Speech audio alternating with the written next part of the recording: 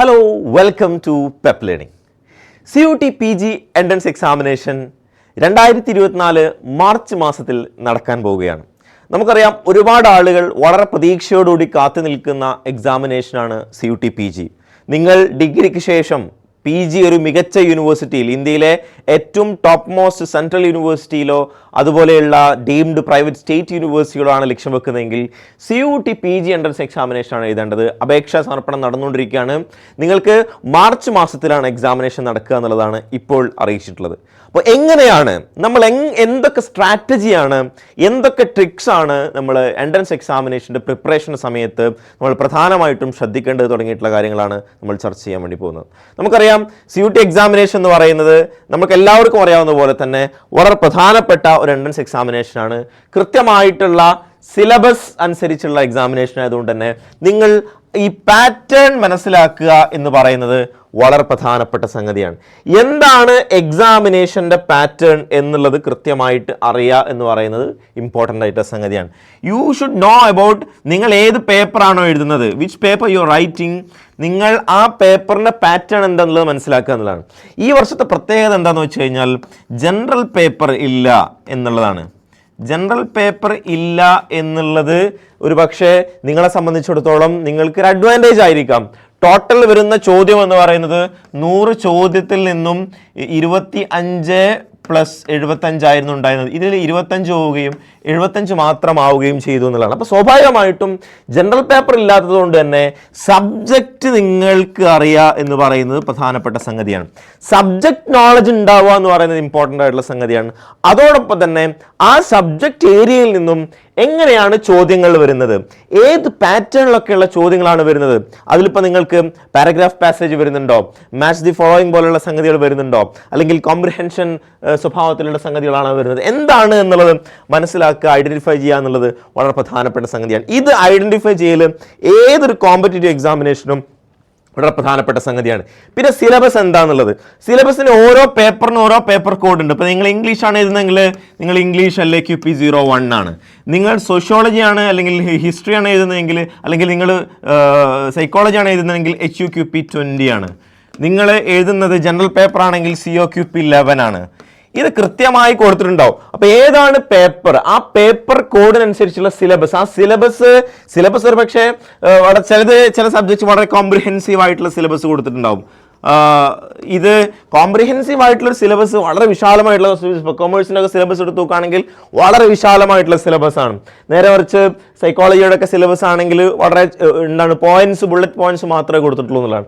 പക്ഷേ എന്നിരുന്നാൽ പോലും ആ സിലബസ് എന്താണെന്നുള്ളത് ഐഡന്റിഫൈ ചെയ്യുക, മനസ്സിലാക്കുക എന്ന് പറയുന്നത് പ്രധാനപ്പെട്ട സംഗതിയാണ്. ആ സിലബസ് അനുസരിച്ച് വേണം നമ്മൾ മുന്നോട്ടേക്ക് പോകാൻ എന്നുള്ളത് ഇമ്പോർട്ടൻ്റ് ആയിട്ടുള്ള സംഗതിയാണ്. മൂന്നാമത്തെ സംഗതി, നിങ്ങൾക്ക് ഇതുമായി ബന്ധപ്പെട്ട് ഒരു സ്റ്റഡി പ്ലാൻ നിർബന്ധമായിട്ടും ഉണ്ടാവണം. ഇനി എത്ര ദിവസമുണ്ട് എക്സാമിനേഷനിൽ, ആ എക്സാമിനേഷനിൽ നിങ്ങൾ എന്താണ് ചെയ്യേണ്ടത്? ഒരുപക്ഷെ നിങ്ങൾ പ്രീവിയസ് ഇയർ ക്വസ്റ്റ്യൻ പേപ്പർ നിങ്ങൾ ചെയ്യായിരിക്കും ഒരുപക്ഷെ ചെയ്യുന്നുണ്ടാവുക, ഒരു നോട്ട് പ്രിപ്പറേഷൻ ആയിരിക്കും ഒരുപക്ഷെ നിങ്ങൾ ചെയ്യുന്നുണ്ടാവുക, ഒരുപക്ഷെ നിങ്ങൾ റീഡിംഗ് ആയിരിക്കും ഒരുപക്ഷെ ചെയ്യുന്നുണ്ടാവുക, നിങ്ങൾ ഒരുപക്ഷെ ഇതുമായി ബന്ധപ്പെട്ട ഒരു വീഡിയോ കാണുമായിരിക്കും ഒരുപക്ഷെ നിങ്ങൾ ചെയ്യുന്നുണ്ടാവുക. എന്താണ് നിങ്ങൾ ചെയ്യുന്നത് എന്നുള്ളത് ഒരു സ്റ്റഡി പ്ലാൻ ഉണ്ടാവണം. Day 1, Day 2, Day 3, Day 4 എന്നുള്ള അർത്ഥത്തിൽ കൃത്യമായിട്ടുള്ള സ്റ്റഡി പ്ലാൻ. അതിൽ നിങ്ങൾ എത്ര മണിക്കൂറാണ് നിങ്ങൾ പണിയെടുക്കുന്നത്, എത്ര മണിക്കൂറാണ് നിങ്ങൾ പഠിക്കുന്നത്, നിങ്ങൾ എത്ര സമയമാണ് നിങ്ങളുടെ മറ്റ് ആക്ടിവിറ്റീസിന് വേണ്ടി ചെലവഴിക്കുന്നത്, എത്ര സമയമാണ്, ഇങ്ങനെ ഒരു സ്റ്റഡി പ്ലാൻ ഏതൊരു പരീക്ഷയിലും വളരെ പ്രധാനപ്പെട്ട സംഗതിയാണ്. ഇങ്ങനെ സ്റ്റഡി പ്ലാൻ ഉണ്ടാക്കി മുന്നേറി പഠിച്ച ആളുകൾക്ക് ക്രാക്ക് ചെയ്യാൻ പറ്റിയിട്ടുണ്ട് എന്നുള്ളതാണ് ഈ നമ്മുടെ അനുഭവത്തിൽ നമുക്ക് മനസ്സിലാക്കാൻ പറ്റുന്ന സംഗതി എന്ന് പറയുന്നത്. അപ്പോൾ സ്റ്റഡി പ്ലാൻ ഏതൊരു പരീക്ഷയിലും പ്രധാനപ്പെട്ട സംഗതിയാണ്. നിങ്ങൾക്ക് എൻട്രൻസ് എക്സാമിനേഷനിലേക്ക് പോകുന്ന സമയത്ത്, അപ്പോൾ സ്റ്റഡി പ്ലാൻ എന്ന് പറയുന്ന സമയത്ത് സ്വാഭാവികമായിട്ടും ആളുകൾക്ക് ഉണ്ടാകുന്ന വിഷയം എന്ന് വെച്ചാൽ വേറൊരാൾ ഉണ്ടാക്കിയ സ്റ്റഡി പ്ലാൻ. ഇപ്പോൾ പെപ്പിലാണെങ്കിൽ പെപ്പിൽ നമ്മൾ എന്ത് ചെയ്യുന്നുണ്ട്, കുട്ടികൾക്ക് എൻട്രൻസ് എക്സാമിനേഷൻ ബന്ധപ്പെട്ട് ഓരോ മാസത്തെയും സ്റ്റഡി പ്ലാൻ കൃത്യമായിട്ട് കൊടുക്കുന്നുണ്ട്. പക്ഷേ ആ സ്റ്റഡി പ്ലാൻ എന്ന് പറയുന്നത് ഒരു ആവറേജ് ലെവലിലുള്ള സ്റ്റഡി പ്ലാൻ ആയിരിക്കും, കാരണം എല്ലാവർക്കും പറ്റുന്ന സ്വഭാവത്തിൽ. പക്ഷേ നിങ്ങളുടെ സ്റ്റഡി പ്ലാൻ നിങ്ങളാണ് ഉണ്ടാക്കേണ്ടത്. നിങ്ങളുടെ സ്റ്റഡി പ്ലാൻ നിങ്ങളാണ് ഉണ്ടാക്കുക എന്ന് പറയുന്ന സമയത്ത് അത് വേറെ ആരോ ഉണ്ടാക്കിയ സ്റ്റഡി പ്ലാൻ നിങ്ങൾക്ക് ഒരു പക്ഷേ ഫിറ്റ് ആയിക്കോളുന്നില്ല. അപ്പോൾ അത് മനസ്സിലാക്കിക്കൊണ്ട് വേണം നമ്മൾ മുന്നോട്ടേക്ക് പോകുന്നതാണ്. ആ സ്റ്റഡി പ്ലാൻ അനുസരിച്ച് മുന്നോട്ട് പോകുന്നതാണ്.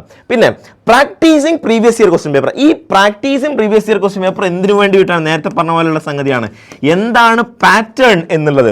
എൻട്രൻസ് എക്സാമിനേഷന്റെ പാറ്റേൺ മനസ്സിലാക്കാൻ പ്രീവിയസ് ഇയർ ക്വസ്റ്റ്യൻ പേപ്പർ സഹായിക്കും. പ്രീവിയസ് ഇയർ ക്വസ്റ്റ്യൻ പേപ്പറിന്റെ അതേ സെയിം ക്വസ്റ്റ്യൻ തന്നെ വരിക എന്ന് പറയുന്നത് പോസിബിൾ ആണോ എന്ന് ചോദിച്ചു കഴിഞ്ഞാൽ ഒരു പക്ഷെ വന്നേക്കാം എന്നുള്ളത്. പക്ഷെ അങ്ങനെ റിപ്പീറ്റേഷൻ ഉണ്ടാവാനുള്ള സാധ്യതയുള്ളൂ. ഇപ്പൊ നിങ്ങളുടെ ക്വസ്റ്റ്യൻ പേപ്പേഴ്സ് ഒക്കെ ഓൾറെഡി തയ്യാറായി കഴിഞ്ഞിട്ടുണ്ടാവും. അപ്പോൾ വന്ന ചോദ്യം തന്നെ വീണ്ടും വിടുക എന്നുള്ളതല്ല, ഓരോരുത്തർക്കും സംബന്ധിച്ചിടത്തോളം അവരുടേതായിട്ടുള്ള ഏരിയയിൽ നിന്നുള്ള ചോദ്യങ്ങൾ ഉണ്ടാവുക. അപ്പം ഈ പ്രാക്ടീസ് എന്തിനാണെന്ന് വെച്ച് കഴിഞ്ഞാൽ നമുക്ക് ഈ മേഖലയുമായി ബന്ധപ്പെട്ട് ഇതുമായി ബന്ധപ്പെട്ട് എന്താണ് നടക്കുന്നത് എന്നുള്ളതിൻ്റെ ഒരു ഐഡിയ കിട്ടാൻ വേണ്ടിയിട്ടാണ് പ്രീവിയസ് ഇയർ ക്വസ്റ്റ്യൻ പേപ്പർ സഹായിക്കുക എന്നുള്ളതാണ്. ഈ പ്രീവിയസ് ഇയർ ക്വസ്റ്റ്യൻ പേപ്പേഴ്സിനെ വെച്ചുകൊണ്ട് നിങ്ങൾക്ക് മോക്ക് ടെസ്റ്റുകൾ ചെയ്യാം. എത്ര മോക്ക് ടെസ്റ്റ് ചെയ്യണം?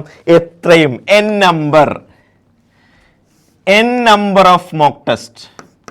അതായത് അറ്റമില്ലാത്ത അർത്ഥത്തിലുള്ള മോക്ക് ടെസ്റ്റ് നിങ്ങൾ ചെയ്താൽ മാത്രമേ. എന്തിനാ മോക്ക് ടെസ്റ്റ് ചെയ്യുന്നത്? മോക്ക് ടെസ്റ്റ് ബേസിക്കലി നമ്മൾ എന്തിനാ സജ്ജമാക്കുന്നത്? നമ്മൾ എക്സാമിനേഷനിൽ ഫിയർ ഇല്ലാത്ത സ്വഭാവത്തിലേക്ക് നമ്മളെ കോൺഫിഡൻസ് കൂട്ടാൻ സഹായിക്കുന്ന സംഗതിയാണ് മോക്ക് ടെസ്റ്റ്. നമ്മളെ കോൺഫിഡൻ്റ് ആക്കാൻ, നമുക്ക് കോൺഫിഡൻസ് കൂട്ടാൻ സഹായിക്കുന്ന സംഗതിയാണ് മോക്ക് ടെസ്റ്റ് എന്ന് പറയുന്നത്. അപ്പോൾ മോക്ക് ടെസ്റ്റ് ചെയ്യുന്നതോടുകൂടി നമുക്ക് കോൺഫിഡൻസ് വർദ്ധിക്കും. ചിലപ്പോൾ കോൺഫിഡൻസ് കുറയാനും സാധ്യതയുണ്ട്. അപ്പോൾ ആ കുറഞ്ഞ കോൺഫിഡൻസിനെ കൂട്ടാൻ നമ്മൾ അതിനനുസരിച്ചുള്ള എക്സ്ട്രാ എഫേർട്ടും എക്സ്ട്രാ വർക്കും എക്സ്ട്രാ സംഗതികളൊക്കെ നമ്മൾ ചെയ്യണമെന്നില്ല. അപ്പോൾ അങ്ങനെ കൃത്യമായിട്ടുള്ള മോക്ക് ടെസ്റ്റുകൾ നിരന്തരം ചെയ്യാന്നുള്ള.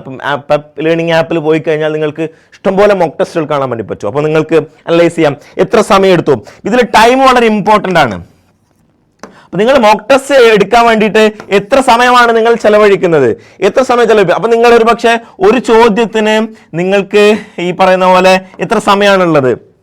ടോട്ടൽ ഈ പറയുന്ന സ്വഭാവത്തിലുള്ള മണിക്കൂർ വെച്ചിട്ട് നോക്കുകയാണെങ്കിൽ നിങ്ങൾക്ക് ഒരു ചോദ്യം അറ്റൻഡ് ചെയ്യാൻ എത്ര സമയമാണുള്ളത്?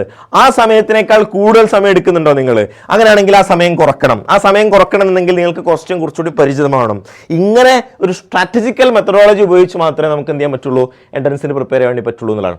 പിന്നെ സ്റ്റഡി മെറ്റീരിയൽസ് ഡെഫിനറ്റ്ലി ഒരു പക്ഷേ നിങ്ങളുടേതായിട്ടുള്ള PDF ഫയൽ ഉപയോഗിക്കുന്ന ആളുകൾ ഉണ്ടാവാം, പ്രിന്റ് ഉപയോഗിക്കുന്ന ആളുകൾ ഉണ്ടാവാം, സ്വന്തമായിട്ട് തന്നെയുള്ള സ്റ്റഡി നോട്ട്സ് ഉണ്ടാക്കുന്ന ആളുകളുണ്ടാവാം.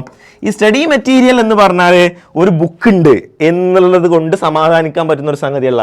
നിങ്ങളുടെ സ്റ്റഡി മെറ്റീരിയൽ ശരിക്കും യഥാർത്ഥത്തിൽ നിങ്ങൾ തന്നെ ഉണ്ടാക്കണം. ഒരു പക്ഷേ നിങ്ങൾ ക്ലാസ് കേട്ടിട്ടായിരിക്കും, ക്ലാസ് കേട്ട് നിങ്ങൾ അതിനെ ബേസ് ചെയ്തിട്ടുള്ള ഒരു മെറ്റീരിയൽ ഉണ്ടാക്കുകയായിരിക്കും ചെയ്യുക. ഒരു പക്ഷേ നിങ്ങൾക്ക് ഒരു മെറ്റീരിയൽ കിട്ടുന്നുണ്ടാവാം, ആ മെറ്റീരിയൽ വെച്ചുകൊണ്ട് നിങ്ങളുടേതായിട്ടുള്ള ഓൺ മെറ്റീരിയൽ ഉണ്ടാക്കുകയായിരിക്കും നിങ്ങൾ ചെയ്യുന്നുണ്ടാവും. നിങ്ങൾക്ക് അതുമായി ബന്ധപ്പെട്ടുള്ള എന്താണോ ആവശ്യമായിട്ടുള്ള സംഗതി അത് വെച്ചുകൊണ്ട് നിങ്ങൾ സംഗതി ഉണ്ടാക്കുകയായിരിക്കും ചെയ്യുന്നുണ്ടാവും. അങ്ങനെ കൃത്യമായിട്ടുള്ള ഒരു സ്റ്റഡി മെറ്റീരിയൽ ആവശ്യമായിട്ട് വരും. എന്തുകൊണ്ടാണെന്ന് വെച്ച് കഴിഞ്ഞാൽ അത് നമ്മുടെ പഠനത്തെ സഹായിക്കുന്ന, അതിനെ സപ്പോർട്ട് ചെയ്യുന്ന ഒരു സംവിധാനമായിട്ടാണ് നിങ്ങൾ കാണേണ്ടതെന്നുള്ളതാണ്.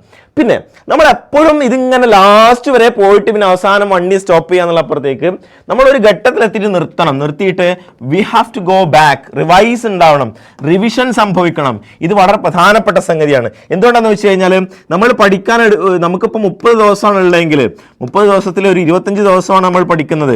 25 ദിവസം ബാക്കി 5 ദിവസം നമ്മൾ എന്ത് ചെയ്യണം? ബാക്കി 5 ദിവസം നമ്മൾ റിവിഷന് വേണ്ടി കാത്തു നിൽക്കണം. കാരണം ഈ റിവിഷൻ പ്രോസസ്സിലാണ് നമുക്ക് എന്ത് ചെയ്യാൻ പറ്റുക? കൂടുതൽ കാര്യങ്ങൾ വീണ്ടും ഉറപ്പിക്കാനൊക്കെ പറ്റുക എന്നുള്ളതാണ്. അങ്ങനെ നമ്മുടെ മനസ്സിലേക്ക് കൃത്യമായിട്ട് ആ പോയിന്റ്, കൃത്യമായിട്ടുള്ള ഐഡിയ നമ്മളെ ജനറേറ്റ് ചെയ്യാൻ ഈ പറയുന്ന പോലെ റിവിഷൻ വളരെയധികം സഹായിക്കും എന്നതാണ്. അതുപോലെ തന്നെ എപ്പോഴും ഇത് വളരെ പ്രധാനപ്പെട്ട സംഗതിയാണ്, നിങ്ങൾ മോട്ടിവേറ്റഡ് ആയി നിലനിൽക്കുക എന്നുള്ളത്. എക്സാമിനേഷൻ്റെ ആ ഒരു ആവേശം നമ്മൾ അവസാനം വരെ നിലനിർത്തുക എന്ന് പറയുന്ന പ്രധാനപ്പെട്ട സംഗതിയാണ്. നിങ്ങളുടെ ജീവിതത്തിലെ ഏറ്റവും പ്രധാനപ്പെട്ട ഒരു സ്വപ്നം നിറവേറ്റാനാണ് പോകുന്നത്. നമ്മളൊരു പക്ഷേ ജീവിതത്തിൽ ആദ്യമായിട്ട് ഒരു PG ഒക്കെ ആയിരിക്കും ഒരു പക്ഷേ ആളുകൾ ചെയ്യുന്നുണ്ടാവുക.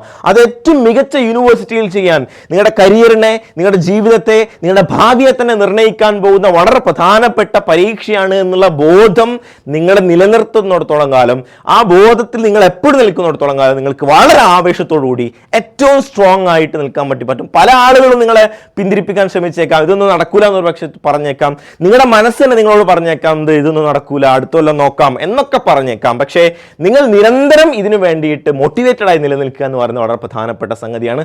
ബാക്കി എല്ലാ സംഗതികളും ഈ പറയുന്ന ഈ മോട്ടിവേഷന്റെ പിറകിലാണ് വരുന്നത്. ആ മോട്ടിവേഷൻ ഉണ്ടെങ്കിൽ നിങ്ങൾക്ക് സമയം ഒരു പ്രശ്നമേ അല്ല. നിങ്ങൾക്ക് 3 മണിക്ക് എഴുന്നേറ്റ് പഠിക്കാൻ പറ്റും, നിങ്ങൾക്ക് 5 മണിക്ക് എഴുന്നേറ്റ് പഠിക്കാൻ പറ്റും, നിങ്ങൾക്ക് രാത്രി 1 മണി വരെ പഠിക്കാൻ പറ്റും. ഇങ്ങനെ മോട്ടിവേറ്റഡ് ആയിട്ടുള്ള ആളുകൾക്ക് വിജയം ഉണ്ടാവും എന്നുള്ള കാര്യത്തിൽ യാതൊരു തർക്കവുമില്ല. നിങ്ങളുടെ കൂടെ പെപ്പ് ലേണിംഗ് ഉണ്ട്. Wish you all the best. Thank you.